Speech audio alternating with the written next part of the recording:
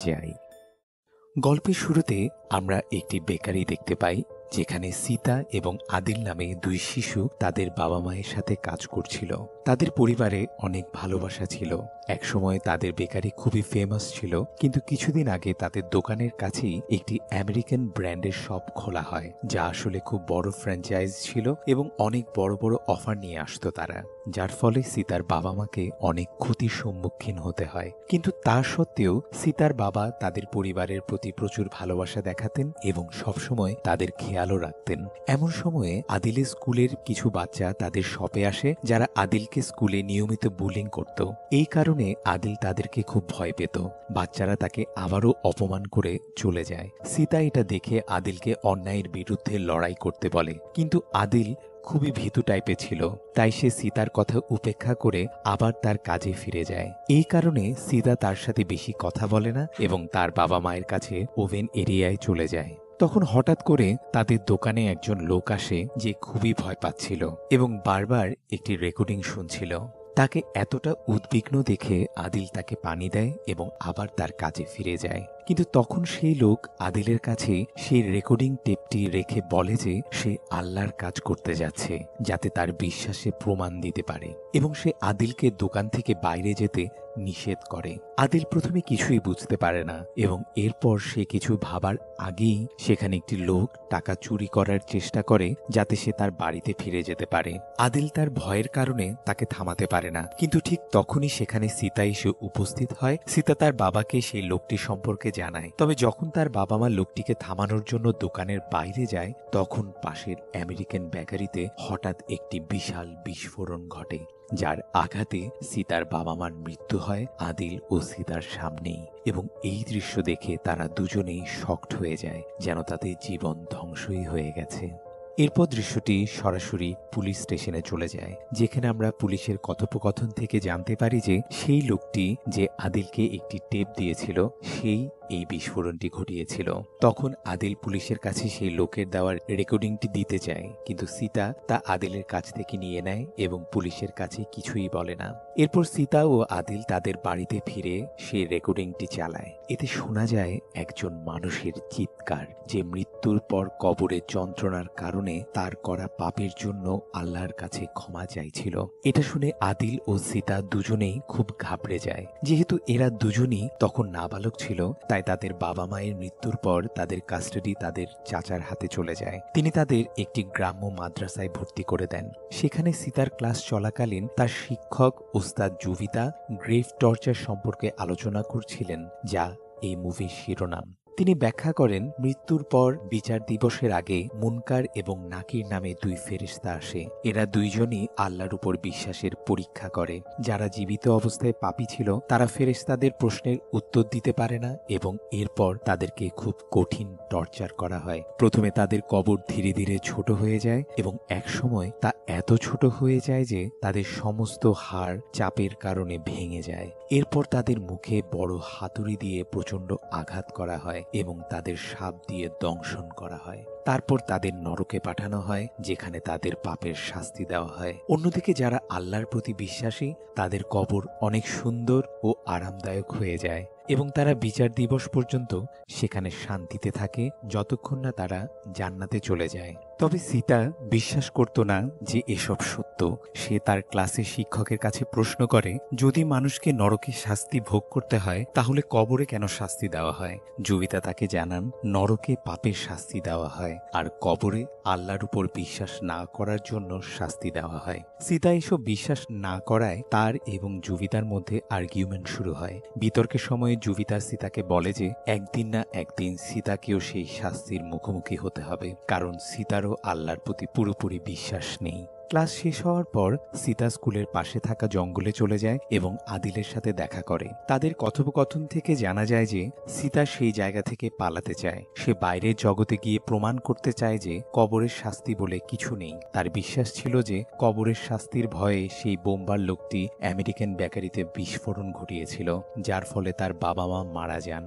তবে আগের মতোই আদিল পালানোর ব্যাপারে খুব ভয় পায়। সীতা তাকে কোনো মতে বুঝায় এবং তাকে জঙ্গলের মধ্যে থাকা একটি একটি টানেলের কাছে নিয়ে যায়, যা হন্টেড বলে মনে করা হতো। তাই আদিল সেখানে যেতে ভয় পাচ্ছিল, কিন্তু সীতার আর কোনো উপায় না থাকায় সে আদিলকে জোর করে সেই টানেলের ভেতর নিয়ে যায়, যেখানে তাদের টর্চ হঠাৎ কাজ করা বন্ধ করে দেয় এবং তারা একে অপর থেকেও বিচ্ছিন্ন হয়ে যায়। তাদের চারপাশে কোনো শিশুর আওয়াজ শুনতে পায় এবং সীতা সেই শিশুটিকে দেখে, যা দেখে সে খুব ভয় পেয়ে যায়। শিশুটি নিজেকে ইসমাইল বলে পরিচয় দেয়, কিন্তু সীতা তার কোনো কথা শোনার আগ্রহই দেখায় না এবং ভয়ে টানেল থেকে সোজা বাইরে চলে আসে। তখন আদিল ইতিমধ্যে সীতার শিক্ষককে নিয়ে এসেছে তাকে খুঁজতে। সীতার শিক্ষক উমায়া, যিনি খুবই ভালো মনের মানুষ ছিলেন, সীতাকে শান্ত করার চেষ্টা করেন। তখন সীতা ইসমাইল সম্পর্কে জানতে চায়, যা শুনে উমায়া খুবই বিস্মিত হন। তিনি কিছু বলার আগেই জুবিতা আসে এবং বলে সীতা আজ একটি পাপ করেছে, তাই তাকে শাস্তি হিসাবে সাদা হিজাবের পরিবর্তে লাল হিজাব পরতে হবে। তবে সীতা এতে কোনো কিছুই মনে করে না। সেই দিন স্কুলে সেই ব্যক্তি আসে যিনি এই মাদ্রাসায় ফান্ডিং করেন। রাতে সীতা যখন লাইব্রেরিতে পড়ছিল, তখন হঠাৎ সে জানালা দিয়ে দেখতে পায় যে উমায়া রাগ করে কোথাও যাচ্ছে এবং জুবিতা তাকে থামানোর চেষ্টা করছে। সীতা লুকিয়ে তাদের কথা শুনে এবং জানতে পারে যে সেই ব্যক্তি যিনি স্কুলে ফান্ডিং করছেন, তিনি যখনই আসেন তখনই তিনি স্কুলের একটি ছেলেকে বেছে নিয়ে তার সাথে খারাপ কাজ করেন। এবার তিনি আদিলকে বেছে নিয়েছেন এবং উমায়া এর তীব্র বিরোধিতা করেন, কারণ ইসমাইলও সেই ব্যক্তির শিকার হয়েছিল এবং সেই যন্ত্রণা সহ্য করতে না পেরে সে মারা যায়। এখন আপনারা নিশ্চয়ই বুঝতে পারছেন যে টানেলের ভেতরে সীতা যাকে দেখেছিল সেটি ইসমাইলের আত্মা ছিল। তবে জুবিতা উমায়াকে বোঝানোর চেষ্টা করে যে সেই ব্যক্তি স্কুলে ফান্ডিং করছে, কিন্তু উমায়ার মতে এটি ভুল ছিল, কারণ ফান্ডিং এর আড়ালে খারাপ কাজ হচ্ছিল। আদিল সম্পর্কে শুনে সীতা ভীষণ ভয় পেয়ে যায় এবং সেই বাড়ির দিকে যায় যেখানে সেই ব্যক্তি অবস্থান করছিল। সেখানেই সীতা আদিলকে দেখতে পায়, কিন্তু গার্ডরা সীতাকে ভিতরে যেতে বাধা দেয় এবং সীতাকে তার রুমে আটকে রাখে। সীতা খুবই উদ্বিগ্ন ছিল, কিন্তু কোনোভাবে সে সেই রুম থেকে বেরিয়ে আসে। তখন উমায়া তাকে সাহায্য করতে টাকা ও খাবার দিয়ে দেয়, কারণ তিনি জানতেন যে সীতার আর সেই জায়গায় থাকা ঠিক হবে না। সীতা সেখান থেকে পালিয়ে জঙ্গলের কাছে লুকিয়ে থাকে এবং সেই ব্যক্তির গাড়ির আসার জন্য অপেক্ষা করে। যখন গাড়িটি আসে, সীতা পাথর দিয়ে ড্রাইভারের মনোযোগ অন্যদিকে সরিয়ে দেয়। চালক যখন চারপাশে চেক করতে যায়, তখন সীতা আদিলকে গাড়ি থেকে বের করে আবার সেই টানেল দিয়ে পালানোর চেষ্টা করে। ততক্ষণে অলরেডি আদিলের সাথে খারাপ কিছু ঘটে গিয়েছিল, যার কারণে সে খুব ভয় পেয়ে গিয়েছিল। এবার টানেলে তাদের সঙ্গে অনেক ভৌতিক ঘটনা ঘটতে শুরু করে। ইসমাইলের আত্মা সেখান থেকে সীতা ও আদিলকে সাহায্য চেয়ে চিৎকার করে ডাকছিল, কিন্তু তারা এতটাই ভীত ছিল যে তারা কেবল টানেলের অন্যদিকে বেরিয়ে যায়। এরপর দৃশ্যটি অনেক বছর পরে একটি বৃদ্ধাশ্রমে যায়, যেখানে সীতা একজন নার্স হয়ে গেছে এবং সে সবার খুব যত্ন নেয়।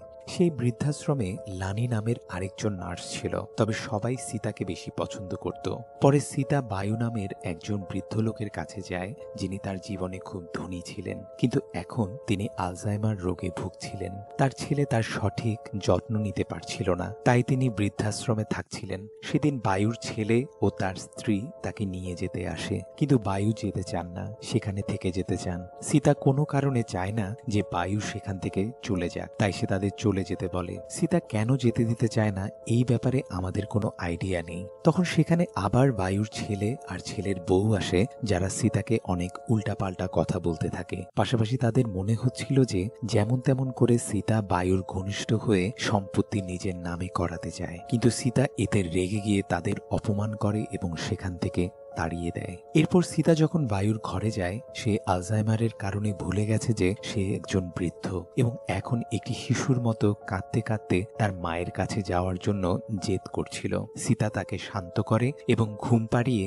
তার একটি ভিডিও রেকর্ড করে। সীতার কাছে বায়ুর এমন অনেক ভিডিওই ছিল।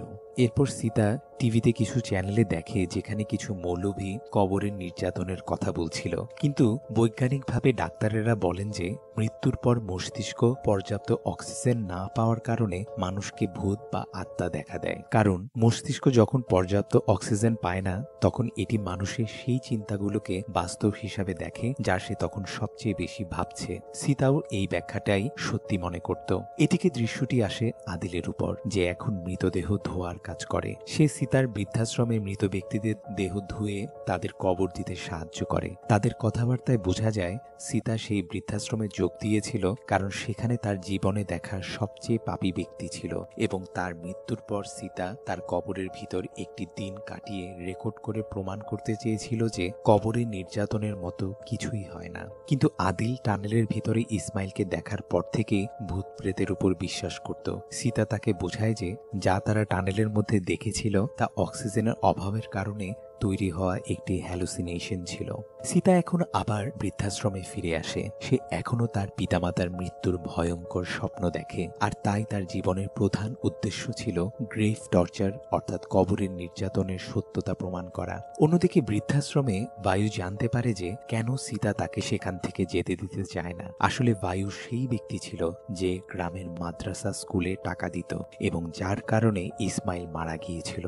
বায়ুই আদিলের শৈশবে তার সাথে খারাপ কাজ করেছিল। সীতা যখন জানতে পারে যে বায়ু সেই বৃদ্ধাশ্রমে আছে, তখন থেকে সে সেখানে অপেক্ষা করছিল বায়ুর মৃত্যুর জন্য, যাতে সে তার শরীরের উপর এক্সপেরিমেন্ট করতে পারে, কারণ বায়ুই ছিল সবচেয়ে পাপী ব্যক্তি। যখন বায়ু এটা জানতে পারে তখন তার কোনো অনুশোচনা হয় না। এরপর আদিলও আসে এবং বায়ুকে দেখে তার অতীতের কিছু দৃশ্য মনে পড়ে যায় যা তাকে ভীত করে তোলে। কিন্তু যখন সে বায়ুর কাজকর্ম দেখে তখন সে রাগে বায়ুর গলা টিপে ধরতে যায়। তবে সীতা তাকে থামিয়ে দেয়, কারণ সে চেয়েছিল বায়ুর স্বাভাবিক মৃত্যু হোক যাতে সে তার এক্সপেরিমেন্ট করতে পারে। কিন্তু বায়ু তখন তার কাছে থাকা বন্দুক দিয়ে নিজেই নিজেকে শেষ করে ফেলে। বায়ু চেয়েছিল সীতা তার শরীরের উপর এক্সপেরিমেন্ট করুক, কারণ তার বিশ্বাস ছিল কবরের নির্যাতন বলে কিছুই নেই। হয়তোবা হতে পারে এই কারণে সে খারাপ কাজ করত, কিন্তু বায়ু কোনো কিছু নিয়ে ভয় পেত না। পাশাপাশি সে এটা তো মানত যে কেউ কোনো আত্মাকে টর্চার করতে পারে না, কারণ ব্যথা শুধু মানব শরীরে হয়, আত্মাতে নয়। বায়ুর এমন কাজ দেখে বৃদ্ধাশ্রমের অন্যরাও ভীষণ ভয় পেয়ে যায়। পরের দিন বায়ুর ছেলের নির্দেশে বৃদ্ধাশ্রমের লোকেরা তার ডেড বডি ওয়াশ করানোর কাজ শুরু করে। আদিল বায়ুর বডি পরিষ্কার করতে গিয়ে আবারও তার অতীতের কিছু দৃশ্য মনে করে বমি করে দেয়। তবুও সে যেমন তেমন করে কাজটা শেষ করে। এরপর আমরা দেখি সীতা একটি ক্যামেরা নিয়ে বায়ুর কবরের মধ্যে শুয়ে পড়ে এবং পরের দিন সকালে আদিল এসে তাকে বের করবে। আদিল তাকে থামানোর চেষ্টা করে, কিন্তু সীতা তার মনের সিদ্ধান্ত নিয়ে ফেলেছে, কারণ সে দীর্ঘদিন ধরে এই মুহূর্তের জন্য অপেক্ষা করছিল। সীতা কবরের মধ্যে শুয়ে রাত পার করার জন্য প্রস্তুতি নেয়। কবরের উপরে আদিল বসেছিল। রাত গভীর হওয়ার পরেও সীতার কিছুই অনুভব হয় না। হঠাৎ আমরা দেখি যে আদিলের দিকে একটি বড় সাপ আসছে, কিন্তু দেখা যায় যে সেটা আদিলের পাশ দিয়ে চলে যায়। কবরের ভিতর সীতা একটি ছোট গর্ত দিয়ে একটি কেঁচোকে দেখতে পায় এবং সেটিকে সরিয়ে দিয়ে আরাম করে ঘুমানোর জন্য প্রস্তুত হয়। সকালে আদিল তাকে কবর থেকে বের করে। সীতা খুব খুশি হয়, কারণ তার কিছুই অনুভব হয়নি এবং যখন সে তার রেকর্ডিং চেক করে তখনও কিছুই অস্বাভাবিক দেখতে পায় না। এখন সে ওই টেলিভিশন চ্যানেলে যেখানে গ্রেভ টর্চার রিলেটেড নিউজ দেখানো হতো সেখানে সে এই টেপ নিয়ে পৌঁছে যায়, যাতে সে সবার সামনে প্রমাণ করতে পারে যে গ্রেভ টর্চার বলতে কিছুই নেই। সেখানে গিয়ে সে শুরু থেকে নিজের সম্পর্কে বলতে শুরু করে, কিভাবে তার মা বাবা এমন এক বোমবারের কারণে মারা গিয়েছিল যে গ্রেভ টর্চারের নামে আমেরিকান বেকারিতে বিস্ফোরণ ঘটিয়েছিল। সেই থেকেই সীতার একমাত্র লক্ষ্য ছিল গ্রেভ টর্চারের সত্যতা মানুষের সামনে তুলে ধরা।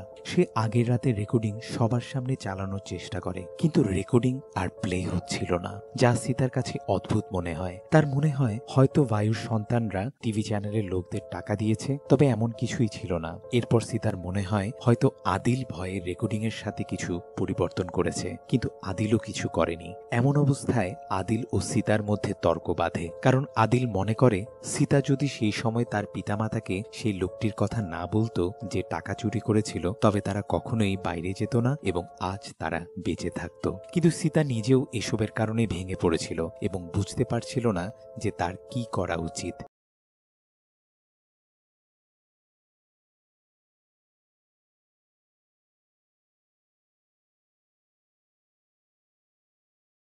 বায়ুর আত্মা তাকে হন্ট করছে।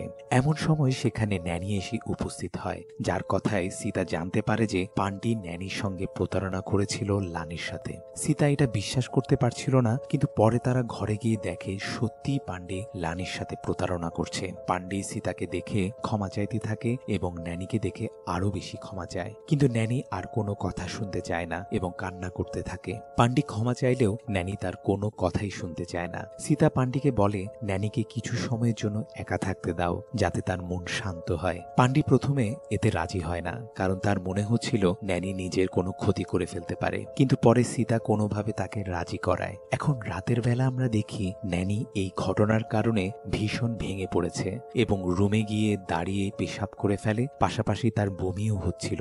কিছুটা সুস্থ বোধ করার পর সে তার কাপড় ধোয়ার জন্য ওয়াশিং মেশিনে ফেলে। তখন সে বুঝতে পারে তার বিয়ের আংটিটি তার হাত থেকে পড়ে গেছে। সে ভাবে হয়তো আংটিটি ওয়াশিং মেশিনে পড়েছে, তাই মেশিন বন্ধ করে তার মুখ মেশিনের ভেতরে ঢুকিয়ে আংটিটি খোঁজার চেষ্টা করে। হঠাৎ করেই ভুলবশত মেশিনটি চালু হয়ে যায় এবং নেনির চুল মেশিনের মোটরে আটকে যায়। সে নিজেকে মুক্ত করার চেষ্টা করতে থাকে, কিন্তু তার চুল মাথার ত্বক এবং মুখের চামড়া ছিঁড়ে যায়, যার ফলে সে ঘটনাস্থলে মারা যায়। ন্যানির মৃত্যুর পর বৃদ্ধাশ্রমের সবাই খুব দুঃখ পায়। পান্ডি ন্যানির মৃত্যুর জন্য সীতাকেই দায়ী করে, কারণ সে ন্যানি এবং পান্ডিকে আলাদা কক্ষে রাখার ব্যবস্থা করেছিল। লানিও এই ঘটনায় খুবই কষ্ট পায়। সীতা নিজেকে সামলে রুমে ফিরে যাওয়ার চেষ্টা করে, কিন্তু সে বারবার বায়ুর কণ্ঠ শুনতে পায়, তাই সে খুবই অস্থির হয়ে পড়ে। সকালে সে বৃদ্ধাশ্রমের এক মহিলার সঙ্গে দেখা করে, যার কথায় জানা যায় সে ন্যানির আত্মাকে ডেকে আনার চেষ্টা করতে চায়, যাতে পান্ডি তার কাছে ক্ষমা চেয়ে নিজের অপরাধ বোধ থেকে মুক্ত হতে পারে। সীতার এসব ব্যাপারে কোনো বিশ্বাস ছিল না, কিন্তু পান্ডির অপরাধ বোধ কমানোর জন্য সে রাজি হয়। এরপর তারা বৃদ্ধাশ্রমের আরো কিছু বৃদ্ধদের একত্রিত করে ন্যানির আত্মাকে ডেকে আনে। ন্যানির আত্মা সেই মহিলার ভেতরে চলে আসে এবং তার কথায় বোঝা যায় যে এখনো তার আত্মা শান্তি পায়নি। তার আত্মা শান্তি পাবে কেবল তখনই যখন পান্ডি লানিকে শেষ করে ফেলবে। পান্ডি এই কথা শুনে শকড হয়ে যায়, কিন্তু সে কবরের নির্যাতন সহ্য করতে চায় না বলে এই কাজ করার জন্য রাজি হয়।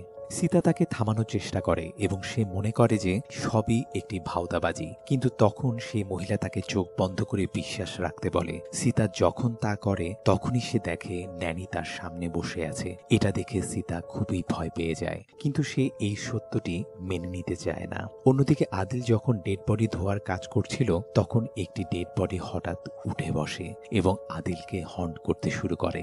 আদিল ভয়ে চেঞ্জিং রুমের লকারে ঢুকে পড়ে, যেখানে সে দেখতে পায় আরো অনেক আত্মা যাদের ডেড বডি আদিল আগে ওয়াশ করেছিল, সেগুলো তাকে হন্ট করছে।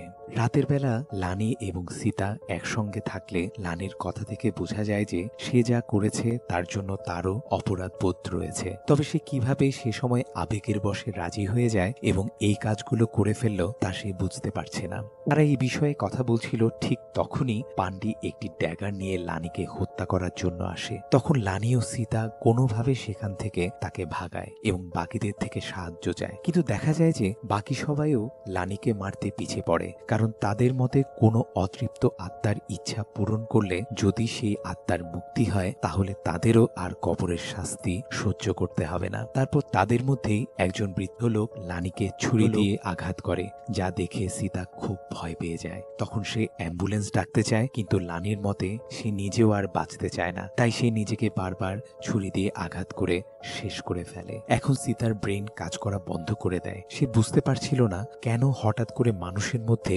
কবরের শাস্তির এত ভয় তৈরি হয়েছে। পরে যখন সে টিভি দেখে, তখন সে বুঝতে পারে যে সীতার করা এক্সপেরিমেন্টের পর আরো অনেক লোক একই পরীক্ষা করেছে, যার ফলাফল ছিল খুবই শকিং, কারণ সবাই কবরের শাস্তির অভিজ্ঞতা পেয়েছিল এবং তাদের মধ্যে অনেকেই অসহ্য যন্ত্রণা সহ্য করেছিল। যেহেতু এসব বিষয় নিউজে বেশি প্রচার হচ্ছিল, তাই সবাই কবরের শাস্তির কারণে খুবই আতঙ্কিত হয়ে পড়ে এবং নিজেদের ধর্ম রক্ষা করার জন্য বিভিন্ন স্থানে বোমা হামলা চালাচ্ছিল, যাতে তারা এই শাস্তি থেকে রেহাই পায়। এতে সীতা খুবই বিচলিত হয়ে যায় এবং সিদ্ধান্ত নেয় যে সে আবার বায়ুর কবরের কাছে ফিরে যাবে, যাতে সত্যিটা সবার সামনে আনা যায়। তাই সে একা গিয়ে বায়ুর কবর খোঁড়ে, কিন্তু সেখানে বায়ুর দেহ ছিল না, যা দেখে সীতা অত্যন্ত হতবাক হয়ে যায়। এরপর সে বেরোনোর চেষ্টা করে, কিন্তু কবরের উপরের মাটি তার উপর ভেঙে পড়ে, ফলে সে কবরের ভেতরে আটকে যায়। সীতা বের হওয়ার অনেক চেষ্টা করতে থাকে। কিছু দূর যাওয়ার পর সে একটি টানেলে পৌঁছায়, যেটার মধ্যে সে ছোটকালে আদিলের সাথে পালিয়েছিল। তখন বারবার ইসমাইলের আত্মা তাকে হন্ট করছিল এবং তার কাছে সাহায্য চাচ্ছিল। তখন সীতা বুঝতে পারছিল না যে সে কিভাবে ইসমাইলকে হেল্প করবে। এই কারণেই সে এদিক ওদিক দৌড়াতে থাকে। দৌড়াতে দৌড়াতে সে নিজের সেই ছোটবেলার বেকারি শপে চলে আসে, যেখানে সে অতীতের দুর্ঘটনা আবার দেখে, যেটাতে সে বুঝে যায় যে অতীতে তার মা বাবার সাথে যা হয়েছিল সেটাতে তার করার কিছুই ছিল না। পাশাপাশি তার নিজের জীবনের মূল্যবান সময় এমন এক সত্য বের করার জন্য নষ্ট করেছে যেটাতে মানুষকে বিশ্বাস করানো প্রায় অসম্ভব। তো সীতা নিজেও একসেপ্ট করে নেয় যে এইভাবে ডেসপারেটলি একটা ব্যাপার নিয়ে পিছিয়ে পড়ার দরকার ছিল না। সে তার মা বাবাকে শেষবারের মতো গুড বাই বলে টানেলের বাইরে চলে আসে, যেখানে ইসমাইল চলে এসেছিল, যে সীতার থেকে হেল্প চাচ্ছিল। কারণ ইসমাইলের মৃত্যুর পর সে তার ওই মেমোরিতে আটকা পড়েছিল, যেখানে বায়ু তাকে খুব জঘন্যভাবে টর্চার করত এবং খারাপ কাজ করার জন্য রেডি থাকত। ইসমাইল অনেকদিন ধরে বায়ু থেকে বাঁচার জন্য সবার কাছে হেল্প চাইত, কিন্তু ভয়ের কারণে তাকে কেউ হেল্প করতে যেত না। কিন্তু এবার সীতা ইসমাইলের আত্মাকে হেল্প করে এবং ইসমাইলের সাথে একটা এন্ডলেস গর্তে ঝাঁপ দেয়। তখন সীতা খুবই ভয় পাচ্ছিল এবং হঠাৎ করে তার চোখ সোজা তখনই খুলে যখন সে প্রথমবার বায়ুর কবরে এক্সপেরিমেন্ট করার জন্য গিয়েছিল। সাথে তার ক্যামেরাও অন ছিল। তখন সীতা কিছুই বুঝে উঠতে পারে না যে এটা কি ছিল। যেমনটা আমরা লাস্ট টাইম দেখেছিলাম যে কবরের ভেতর হঠাৎ একটি কেঁচো চলে এসেছিল, এইবার সেই কেঁচোর বদলে একটি বড় সাপ চলে আসে, যেটা দেখে সীতা খুবই ভয় পেয়ে যায়। ওই সাপ ওকে কিছু করে না, কিন্তু বায়ুর মুখের ভিতরে ঢুকে যায়, এরপর সোজা পেটের ভিতর চলে যায়। আর এখন বায়ুর বডি উঠে দাঁড়ায়, যেটার পর ওর বিচার কাজ শুরু হয়। এই সাপ আসলে ফেরেশতা ছিল, মুনকার এবং নাকির, যারা বায়ুকে প্রশ্ন করা শুরু করে। যেহেতু সে অনেক গুনাহ করেছিল এবং আল্লাহকে বিশ্বাস করত না, এই কারণে তার গ্রেভ টর্চার শুরু হয়ে যায়, যেখানে তার চেহারায় বড় হাতুড়ি দিয়ে পেটানো হচ্ছিল। বায়ুর ফেস বারবার ফেটে যাচ্ছিল, আবার আপনা আপনি ঠিকও হয়ে যাচ্ছিল। সীতা এইসব দেখতে পারছিল এবং দেখে খুবই ভয় পাচ্ছিল। বায়ু এখন চিৎকার করে করে আল্লাহর কাছে রহম করার জন্য ভিক্ষা চাইতে থাকে, কিন্তু তারপরও টর্চার বন্ধ হয় না। এরপর ওই সাপ বায়ুর শরীর থেকে বের হয়ে এসে একটা বড় ডিমনে পরিণত হয় এবং বায়ুকে টর্চার করতে থাকে।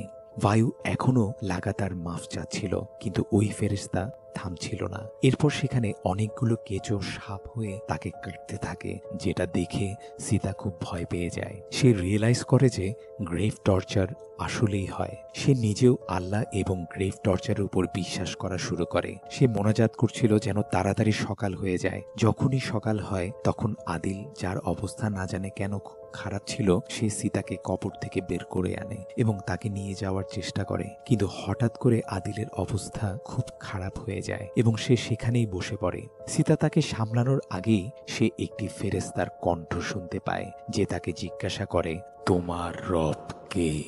এটা শুনে সীতা খুব অবাক হয়ে যায় এবং এর অর্থ ছিল হয়তো সীতা নিজেই বায়ুর কবরের ভিতর গিয়ে শুরুতেই মারা গিয়েছিল।